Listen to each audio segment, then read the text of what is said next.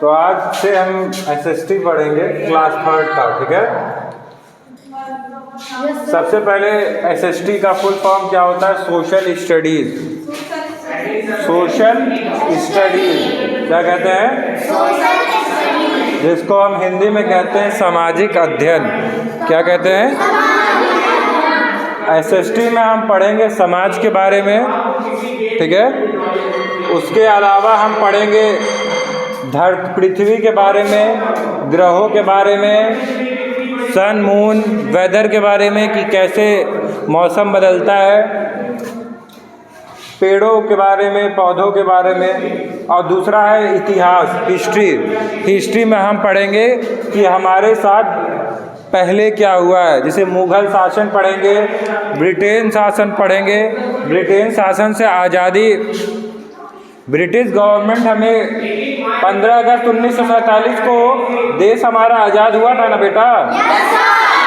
देश आज़ाद होने से पहले ब्रिटिश गवर्नमेंट के पास था। ब्रिटिश गवर्नमेंट के अंडर हम लोग थे। तो हम ये पढ़ेंगे, आज़ादी की लड़ाई के बारे में पढ़ेंगे कि देश में आज़ादी की लड़ाई कैसे लड़ी गई। उसके बाद हम इकोनॉमिक्स के बारे में पढ़ेंगे कि अर्थशास्त्र, कि हमारा देश कैसे चलता है, इकोनॉमी कैसे चलती है, रुपया क्या होता है, कब देश में इकोनॉमिक डिस्पर्शन था, जो भारत की आर्थिक स्थिति मजबूत हुई। जैसे 1991 में भारत की स्थिति अचानक से बहुत ख़राब था, तब एक फार्मूला लाए थे, एलपीजी पढ़ेंगे, ठीक है। उसके बाद चौथा है पॉलिटिकल साइंस, राजनीति शास्त्र, जिसमें हम देश कैसे गवर्न होता है इसके बारे में पढ़ेंगे। पॉलिटिकल थिंकर्स के बारे में पढ़ेंगे, ठीक है। तो सबसे पहला चैप्टर ये, इसको आप लोगों ने लिख लिया? हाँ, ठीक है। सबसे पहला चैप्टर है अप इन द स्काई। क्या नाम है? Up in the sky. पहला चैप्टर का नाम है आपका अप इन द स्काई।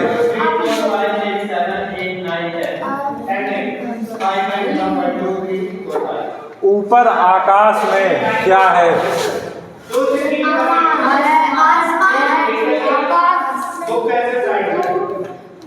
क्या है ऊपर? जब हम देखते हैं खुले वातावरण में जाके, फील्ड में जब ऊपर देखते हैं तो हमको क्या क्या दिखता है? क्या दिखता है? जैसे पूरे ब्रह्मांड में, ब्रह्मांड है बहुत बड़ा ब्रह्मांड है, यूनिवर्स है, जिसमें कई सारे सूरज, चांद, तारे। सन को क्या कहते हैं? मून को, स्टार को, प्लैनेट को, ग्रह, ठीक है। स्काई माने आकाश,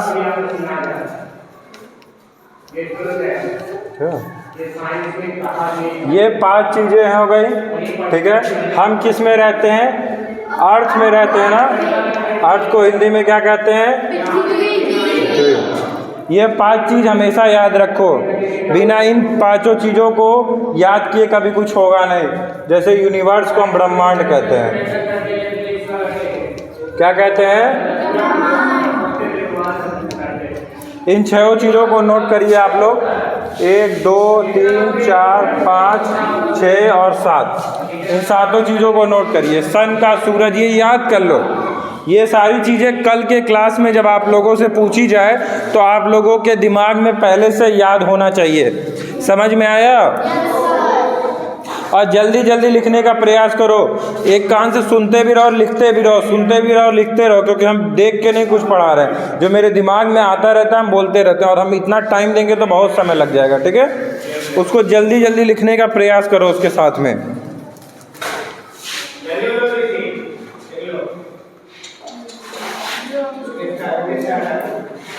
8 प्लैनेट होते हैं, मरकरी, वीनस, अर्थ, मार्स, जुपिटर, सैटर्न, ठीक है। अभी नाम उनका याद करिएगा।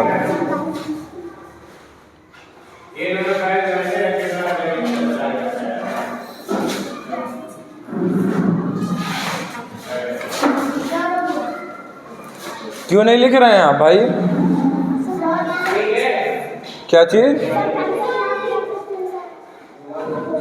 किसी के पास डबल पेंसिल हो तो दे दो भाई। तुम किससे लिख रहे हो? उससे ले लो, उससे पेंसिल। क्यों नहीं पेंसिल है आपके पास भाई? लाए नहीं है? क्यों नहीं लाए? कोई डबल पेंसिल लाया है? भाई जब तक तुम लोग पेंसिल इरेजर नहीं लाओगे तो हम क्या कर सकते हैं उसके अलावा? ये सातों चीज लिख लिए तुम लोग?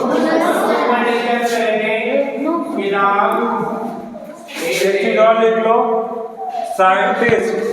साइंटिस्ट का मतलब होता है वैज्ञानिक। रुक जाओ, स्पेलिंग गलत हो गया।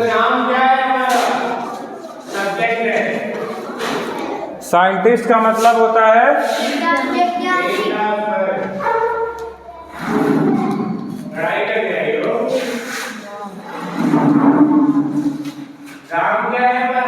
लिख लिए?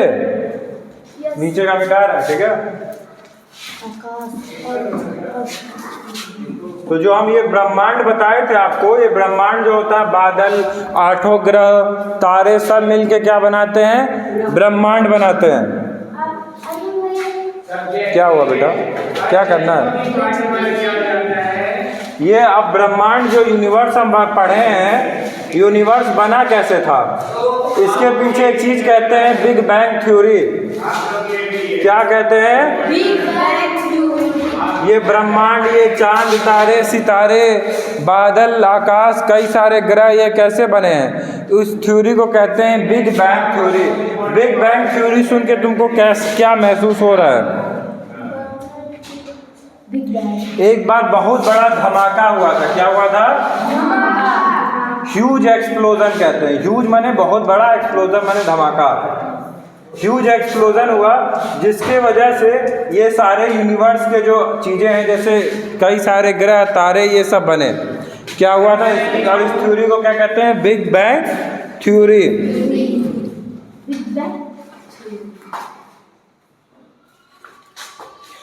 और एक होता है आपका पोल स्टार। आप देखा करिए, अक्सर बादल में एक सितारा रहता है जो हमेशा चमचमाता रहता है ना, उसको क्या कहते हैं? Pole star. क्या कहते हैं? पोल स्टार कहो या नॉर्थ स्टार कहो, क्या कहोगे?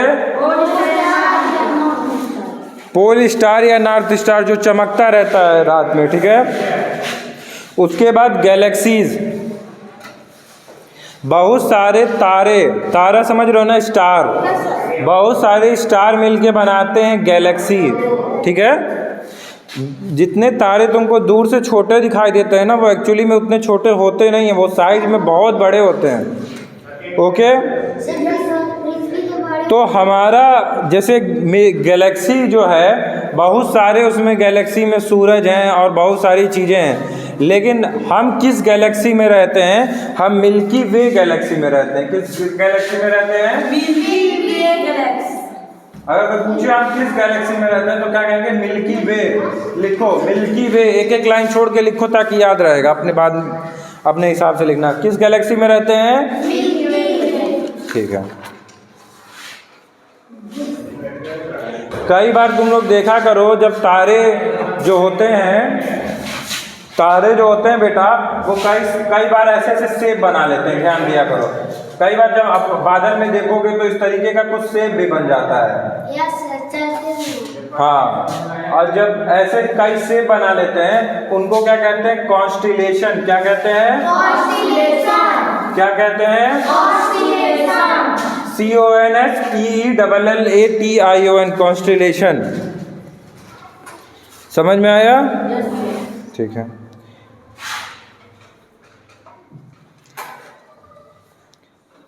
सोलर सिस्टम में हमारे एक सूरज होता है, 8 प्लैनेट होते हैं और सैटेलाइट होते हैं, ठीक है। सन क्या होता है? सन जो होता है वो सोलर सिस्टम का सेंटर पार्ट होता है। मिटा दे बेटा। ऐसा मिटा देना इतना। जैसे कि मिटाएं, देखो तुम लोग लेफ्ट हैंड साइड में देखो, इधर देखो, देखो आपके क्लास में लगा हुआ है, ठीक है। ये सूरज है ना येलो कलर का, उसके अगल बगल जो है कि हमारे कई सारे ग्रह घूम रहे हैं ना बेटा। जैसे पहले नंबर पे मरकरी है, वीनस है, वहाँ देखो वहाँ मरकरी है, वीनस है, उसके बाद हमारा अर्थ है, उसके बाद मार्स है, फिर जुपिटर है, फिर सैटर्न है, फिर यूरेनस है, फिर नेपच्यून है। आज के टाइम में प्लूटो को प्लैनेट नहीं माना जाता है कि स्टार माना जाता है। ठीक है, समझ में आ गया?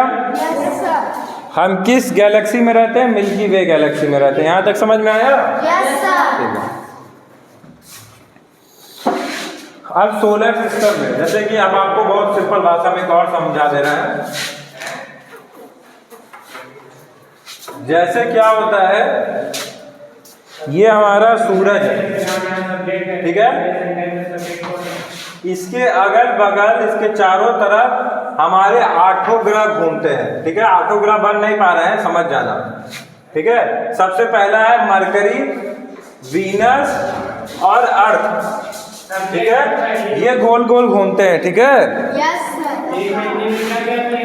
अब ये अपने ऑर्बिट में जिस एरिया में घूम रहे हैं, जैसे वो इस मरकरी का रास्ता ये है ना बेटा, इसके रास्ते को क्या कहते हैं? ऑर्बिट। क्या कहते हैं? समझ में आया? इसके रास्ते को क्या कहते हैं? नहीं पढ़ोगे, जमाई आ रही है, इतना इंटरेस्ट के साथ पढ़ाया जा रहा है। किसका भाई है ये? पेन दो उसको। पेन नहीं है आपके पास? ब्लैक पेन है, दे दो।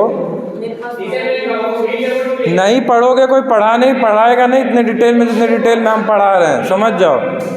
अब हम इतना भोंकेंगे फिर से दोबारा तुम लोगों के साथ, समझो। जमाई ले रहो, नींद ले रहो। अर्चित, ब्लैक बोर्ड नहीं दिख रहा है आपको? ये हमारा सोलर सिस्टम है। सोलर सिस्टम के बीच में क्या है? सूरज है, सन है। सन से ये सारे लोग लाइट लेते हैं और गर्माहट एनर्जी लेते हैं सब। और इसके अगल बगल चारों तरफ जो है कि हमारे ग्रह घूमते रहते हैं। मरकरी है, वीनस है, अर्थ है। ठीक है, मरकरी अपने रास्ते पे घूमता है, ये नहीं कि मरकरी घूम के अर्थ वाले में भी घूम रहा है, नहीं। ठीक है, वो अपने रास्ते में घूम रहा है। इसके रास्ते को क्या कहते हैं? ऑर्बिट। क्या कहते हैं? ORBIT लिखो, ऑर्बिट लिख लिए?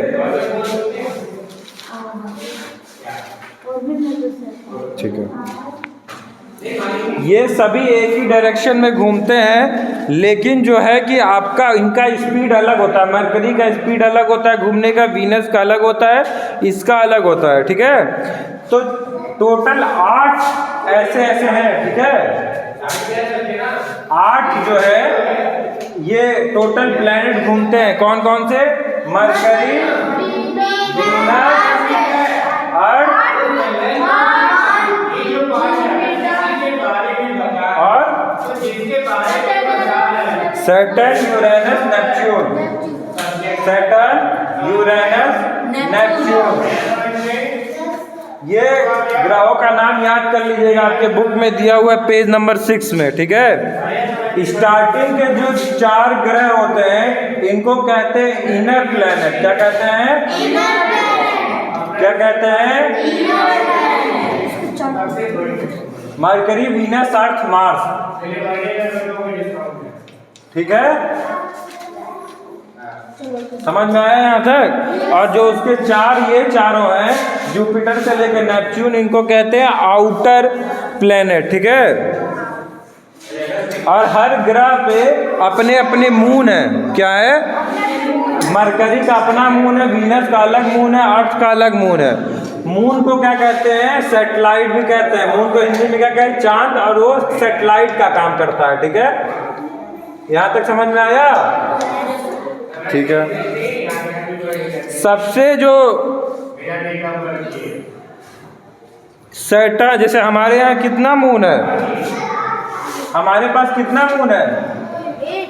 जुपिटर के पास जानते हो कितना मून है? 79 मून है। जो ये ग्रह है वहाँ पे 79 मून्स हैं। ठीक है, यूरेनस के पास 27 मून है, नेपच्यून के पास 13 मून है। ठीक है, ठीक है।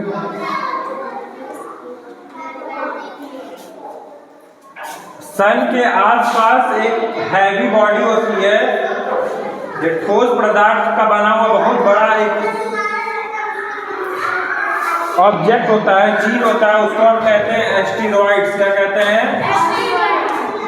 ठीक है।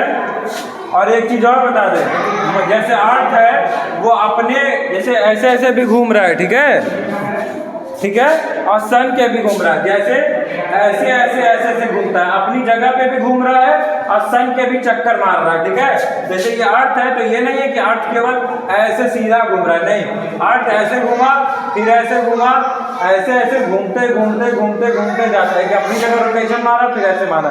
यही जब अर्थ जो रहता है ये अपनी जगह पे घूमता है तो उसी में जब सन के पास जाता है तो दोपहर हो जाता है, और जब सन के इस तरफ रहता है तो अंधेरा हो जाता है, ठीक है। और यही जब सन के पास जाता है, करीब जाता है, तो वहाँ पे ठंडी आ जाता है, सन से दूर जाता है, सॉरी, सन के पास आता है तो गर्मी आ जाता है, सन से दूर जाता है तो ठंडी आ जाता है, ठीक है। आप समझ में आ गया ना ठंडी गर्मी कैसे आता है? अर्थ जो है वो अपने ऑर्बिट में घूमता है और अपनी जगह पे भी घूमता रहता है, पूरा इस ऑर्बिट पे भी घूमता रहता है, ठीक है। सन के आसपास एक चीज और घूमता है, उसको कहते हैं एस्टेरॉइड। क्या हुआ बेटा? अभी नहीं, कुछ काम कर रहे हैं, यूकेजी से ले लो जाओ। एस्टेरॉइड कहते हैं, ठीक है। और कभी कभी तुम लोग देखा करो एक चमकता हुआ सितारा ऐसे खूब तेज से निकलता है, उसको कहते हैं मेटेरॉइड्स। क्या कहते हैं? ठीक है, ये आपके चैप्टर में था, ठीक है। What is universe? यूनिवर्स क्या होता है? यूनिवर्स ब्रह्मांड हुआ ना बेटा, उसको हिंदी में क्या कहते हैं? ब्रह्मांड। और यूनिवर्स बहुत सारे प्लैनेट, सन और कई सारे मिलियंस ऑफ स्टार और अदर हेवनली बॉडी जैसे कॉमेट, एस्टेरॉइड, मेटेरॉइड्स मिलके बनाता है, ठीक है। कॉमेट्स क्या होता है, एस्टेरॉइड्स क्या होता है, पढ़ाई दिए। कॉन्स्टेलेशन क्या होता है? जैसे स्टार आकाश में कई सारे अपना कोई शेप बना लेता है, इस तरह का शेप बना लिया तो उसको कहते हैं कॉन्स्टेलेशन, ये पढ़ाई दिए हैं। सन का इम्पोर्टेंस क्या है? सूरज का क्या इम्पोर्टेंस है? सूरज से प्लांट खाना कैसे बनाता है? सन, कार्बन डाइऑक्साइड और वाटर। तो सनलाइट चाहिए ना उसको, नहीं तो प्लांट खाना ही नहीं बनाएगा तो आदमी जिएगा कैसे?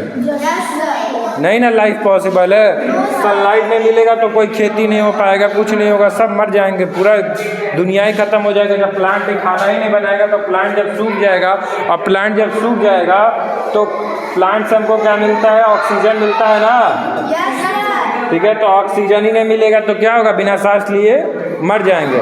तो सूरज हमारा ऊर्जा का सोर्स है, सोर्स ऑफ एनर्जी है। सन नहीं रहेगा तो मर जाएंगे सब लोग। Life is not possible without sun. Sun के बिना जिंदगी, जीवन जीना संभव नहीं है, ठीक है। तो इतना कुछ आपको समझ में आ गया।